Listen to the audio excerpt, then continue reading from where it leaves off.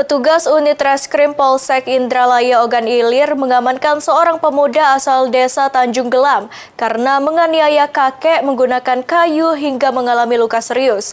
Perbuatan ini dilakukan tersangka karena dituduh mencuri ayam.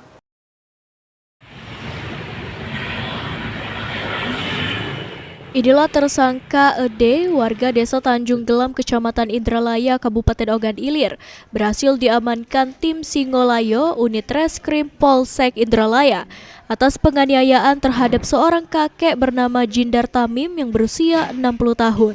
Kanit Reskrim Polsek Indralaya Ibda Indra Gunawan mengatakan, penganiayaan dilakukan tersangka ED karena tersinggung dan malu dituduh mencuri ayam milik korban.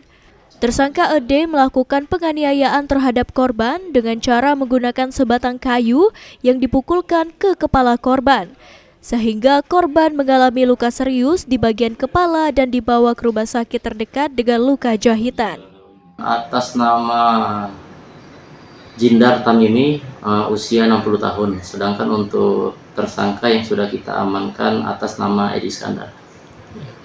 Benar, memang kita melakukan pengamanan terhadap pelaku penganiayaan terhadap kakek-kakek, yang mana untuk motif penganiayaan tersebut bahwa korban menuduh pelaku mencuri ayam milik korban, sehingga terjadi pemukulan terhadap kepala korban.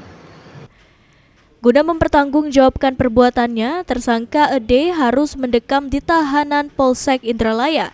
Tersangka dijerat dengan pasal 351 KUHP. Ahmad Romawi, PAL TV.